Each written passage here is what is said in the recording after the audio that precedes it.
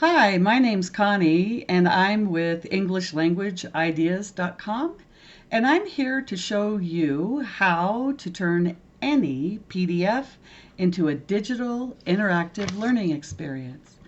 First, you will need a PDF editor. If you don't have one, you can download one for free on the internet.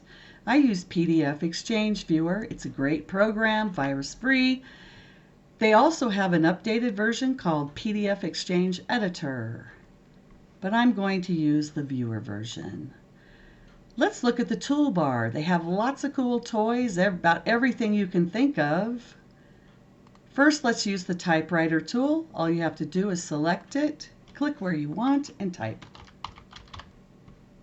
Next, let's move on to arrows. If you have a matching exercise, you can look here. The tiger gives a roar.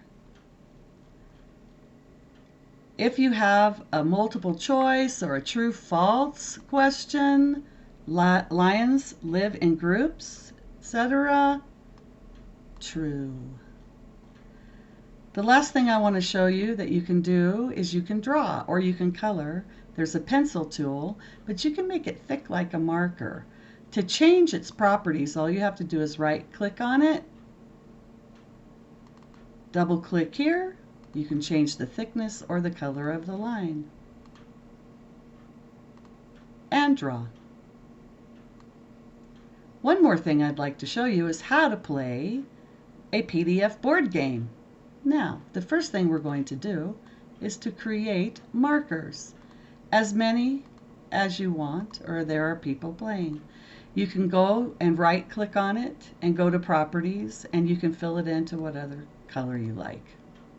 Now, how are you going to move around the board? How are you going to know how many spaces? Just go to Google and Google Dice. Roll it. We've got 4, and we're going to move 4. And then your student can actually use the typewriter tool if you like to type in an answer. Use something at the library this morning. You can type in the answer. So that's it. Now you know all my tricks. This is how you turn any PDF into a wonderful digital interactive learning experience. So why go through the trouble of going into Google Docs and drawing all the boxes with the lines where you want your students to type, etc., when you can just download a PDF? They can use their own program, they can save the changes, and they can send it back to you to your Google Drive if you wish, or any other platform. So don't limit yourself just to Google Doc World when you can use this method for any PDF you want. I hope you found this video useful. Please remember to like it and follow us. Thanks for watching from English Language Ideas. Have a great day. Bye now.